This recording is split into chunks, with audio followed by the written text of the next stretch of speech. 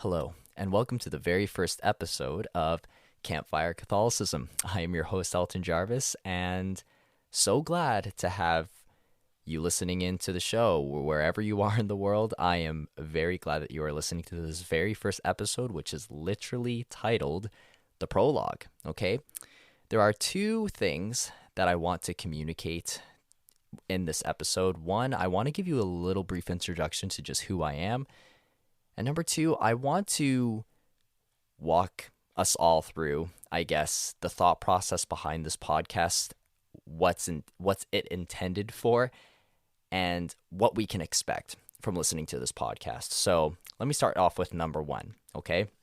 Again, I believe I said this before. My name is Elton Jarvis. I am currently 23 years old. I am a practicing Roman Catholic, and I am in love with Jesus and his Catholic Church and all of the sacraments that we get from it. It wasn't always so.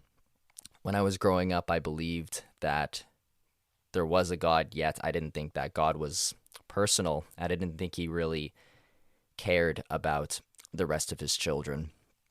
And then it wasn't until later on in my life that I had an encounter with the Lord and decided to become a missionary with an organization called Net Ministries, more specifically Net Ministries of Canada. So shout out to Net Canada on this podcast. And yeah, God worked through that missionary organization, and I guess it brought me here today, well, in this present moment that we are in.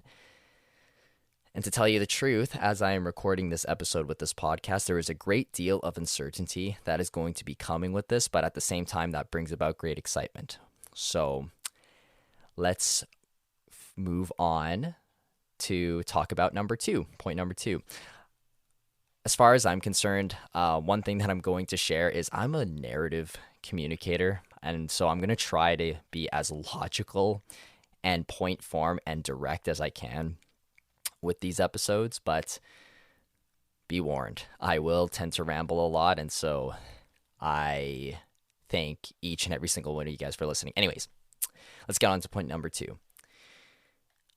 I've always wanted to create something to put out to the public ever since I was young. I always thought about content creating, and I guess that is because there is this underlying aspect of wanting to make a mark in the world. More importantly, wanting to mark him with a capital H in the world, that him being God. And so I've been really thinking about this a lot with my spare time. And let me tell you, I'm sure everybody has had a lot of free time during the course of the past year, and we don't really need to keep reminding ourselves of this. I'm pretty sure we all know what we're talking about. That is obviously the COVID-19 pandemic. However, it's interesting how boredom can spark in somebody the desire to take action. I mean, I found myself restless in so many of those moments. I think we've lost the gift in being bored, or rather, I think we have forgotten how to navigate through the boredom. It seems that in this day and age that we live in, it's such an instant gratification culture, and it makes sense. I mean, we look around and we have cars, planes, instant meals, and here's a big one, we also have the internet. I mean, everywhere we go, it seems to me that the internet is just as important as necessities like food and water. In fact, since the discovery of electricity, I don't know if there's any other technological advancement in our history that has had such a major impact on humanity. I could be wrong on this, but it's definitely something to contemplate that I will share. With that being said, going back to boredom, we can spend so much of our time on the internet just out of sheer boredom, and there are many scientific explanations as to why that is the case. I do believe that it has a lot to do with just how it activates dopamine in our brain, which I guess we could say that we are addicted to technology in this day and age. And we can use that addiction while we are on the internet by going on Facebook, Instagram, other social medias. Some people I know are on TikTok as well. I myself don't use it that much. However, if there is one social media platform that I use frequently, that would be YouTube. And I mean, I will binge watch YouTube videos for like 2 to 3 hours straight. And in some ways, I'm disappointed in sharing this, but here's me trying to justify this. Anytime I will watch 2 or 3 hour YouTube videos, you'll find me having an hour of YouTube videos watching debates, whether political or theological debates. Another hour is cooking videos because, and I'll get to that, and another hour that would be gardening or baking videos. So that's probably what you'll find in my YouTube history. Actually, that is what you'll find in my YouTube history. So I try to justify binge watching YouTube because I try to keep the videos as productive as they can be. That does have an underlying aspect to it, though, and I think the reality is I want to try to better myself in all aspects of life as much as I can. And I'm sure, and everybody has that underlying virtue, I believe, embedded deep into their souls. Everybody wants to be the greatest version of themselves. And there's one person that I've been following over the course of the past few years. A lot of people might know who this is. It's a man by the name of Dr. Jordan B. Peterson. And he has this book, 12 Rules for Life, An Antidote for Chaos, which, if anybody has read it, there is a lot of gold that you can find in that book. And I can't wait to hopefully get his sequel and read what that has to say. But there is a rule in that book, and I'm just going to read to you what that rule is. Don't compare yourself to who somebody is today, but rather who you were yesterday. And that reminded me of another quote that I heard while I was serving as a Net Canada missionary. And I don't recall who exactly shared this quote, but I do remember the quote. And the quote goes like this: "If you are green, you are growing. If you are ripe, you are rotting." What exactly does that even mean? And I thought about it a bit. The answer is, the thought of something green, such as vegetables and fruit, there is room for growth. Or in other words, there is the potentiality for that object to grow. However, if your mindset is that of something that is already ripe, well, that would mean that it has the potentiality to decline and to get worse, whether that is moldy. I'm not going to stay on that because you probably wouldn't want me to ramble on about mold for another 15, 20 minutes, or however long this episode ends up being.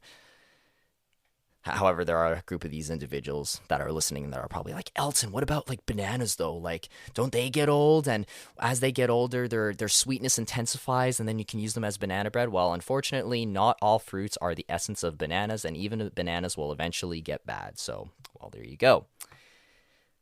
Anyways, going back to bettering myself with each passing day.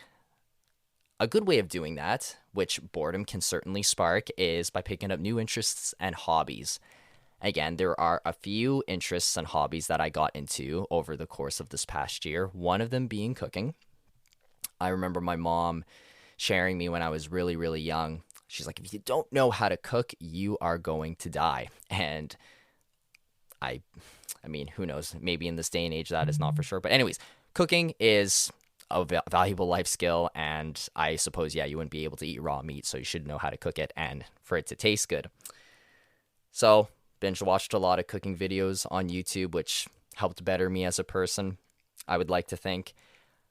Also binge watched a lot of baking videos. Initially, though, the only reason why I got into baking as a hobby is because my girlfriend, her name is Teresa, by the way, so shout out to Teresa. I love you a lot, and hopefully you'll be on the show later on in the future. She is a very, very talented baker, and so I wanted to spend time with her in the kitchen, baking with her. However, I didn't want to be a liability in the kitchen. And so whenever you guys probably have already guessed this by now, whenever I get into something, I obsess about it. And then afterwards, I just let it go and then I obsess over something else. But I obsessed over baking to the point where now I would like to think I can hold my own baking. I'm not that good at designing aesthetically, that's, again, Teresa's job. She's very good at designing cakes and just putting aesthetics to things. I just like focusing on the flavor. I need to practice to, anyways, make it look good. And then the third thing that I have kind of binged into and I've kind of done a lot is I've basically looked at a lot of gardening videos. And yeah, me and my mom, we had a garden this past summer and it went really, really well. We were cooking. Well, we eventually cooked it, but we were growing spinach and we were growing apples and berries and so many other different herbs that we can find around around the supermarkets and the gardens. Anyways, gardening, that was my other binging thing that I ended up doing. So boredom acted as a catalyst for me last year. And other than bettering myself, binge watching YouTube videos, which I would argue that it's not entirely healthy, even if it is something that you deem productive. The other thing that boredom acted in me was the aspect of content creation. Again, I always wanted to content create ever since I was growing up, and the one way that I thought of content creating was writing a book, because I love stories. I love stories and the things that they can teach us. And I've always wanted to create a world and a narrative and a book so that not only people could escape into them, because that's what we do with fantasy and that's what we do with stories and all of that stuff and all of the, that's what we do when we read literature is we escape into it. But the other thing that we also do is we also pull a lot of information out of it as well. And so I wanted to build a world in which individuals can gather very important fundamental pieces of wisdom that they can take with them for the rest of their lives until the end of their days, so to speak. The reason why I say pieces of wisdom and not pieces of knowledge is a very powerful tool, It can be used for either good or evil. And that's not only so black and white, especially when emotions are high, there are polar viewpoints, and the stakes are high. It can seem to be in a very gray area. However, wisdom, which is something that I truly hope to aspire towards, comes from God, whereas knowledge comes from man. So again, being bored, I thought to myself, Elton, why don't you, write a book? And I've always wanted to write a book, especially when I was younger, and I would always flip back and forth in writing a book, but I decided to take another crack at writing a book. And so I would start writing it, but then I would archive it. I would go back to it again, and then I would drop it again, and then I opened up the document, but then I deleted it. And that's what ended up happening. And, it was a gradual struggle to try and be consistent with it. The reason being, I think, what really prevented me from being consistent with it was the issue of comparison. It's been said before that comparison is the thief of joy, but I would even go further and add that comparison can be the thief to courage. And what do I mean by that? Again, going back to my example of wanting to create a world where people can gather very important virtues from the narrative and also the setting and the characters and so forth, I would constantly compare myself to a very famous author, J.R.R. Tolkien, who is one of my literary idols, and by that, I don't mean I worship him, obviously, but he is certainly somebody that I look to when I write. But as I wrote more and more, I would feel like I was trying to measure up to the world that he built, that world being Middle-earth. And every time that I would analyze my work, I found that there were things that would be so loosely based off his work, and that bothered me. That bothered me for quite a long time, and it still continues to bother me. It bothers me to the point because I have a case of writer's block in regards to writing about fiction. If anybody has any cures to writer's block, feel free to let me know. That being said, it really made me think it is extremely courageous to put yourself out there in creating something and releasing it into the world with the notion that some individuals are going to come along and they're going to spite it. And I can only imagine just how many individuals spite the Bible with each passing day or each passing year. It's the most popular piece of literature of all time. So if that's the case for the Bible, well, certainly it would be it would be possible for my work. I'm certainly no greater than the Bible. And thinking about this, it led me with another realization. I could be wrong on this, but it doesn't seem like there are many people that even have the time to sit down and read a book anymore. But there is a common trend that I am seeing, and I would like to think it's going to increase over time, and that is a lot of people listen to audiobooks, which, going down the rabbit hole of my brain, I thought, well, maybe I could write short stories and convert them into an audiobook for people to listen to. And then as I would write short stories, I would think of all the other stories that I would also listen to. Or, not listen, well, yeah, one listen to, but I have read before, and it even led me to thinking about even past movies that I've also watched, such as Disney movies, Star Wars. I'm a big Star Wars fan. The Avengers, other superhero movies. Just the realm of story in general. I had I guess, a bit of a light bulb moment, but I really thought, like, story reveals who we are. And it also reveals whose we are.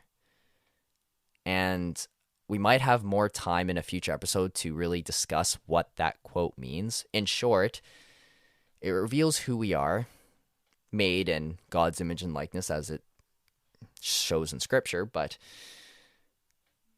in knowing who we are, we also know whose we were made for. If we are made in the image and likeness of God, then we were also made to worship God and to be with Him for the rest of our days. And so it really gave me an interest. As I was thinking about this, I would examine in my mind all of these stories that I listened to as a kid and all of the movies that I watched, and finding certain Christian themes. And some movies and some books are more allegorical than others, and some even are allegorical on purpose. And then there are books that are just allegorical just for the sake of being allegorical, because subjectively they will be, because everybody can look at allegory a certain way. But anyways,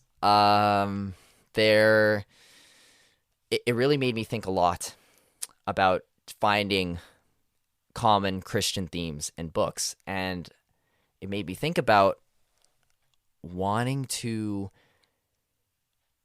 deconstruct stories more and wanting to find the common theme. And again, before I said I was thinking about creating an audiobook where I write short stories. However, I'm still in that case of writer's block. However, there are a lot of people that listen to podcasts. So why don't I start a podcast where I deconstruct stories that reveal who we are and whose we are, and not just Christian stories that are just right there in your face, but I mean even other movies and other books where we can still pull Christian themes, because I do believe that every story that has ever been told always derives from the main story that we live in, and that is history.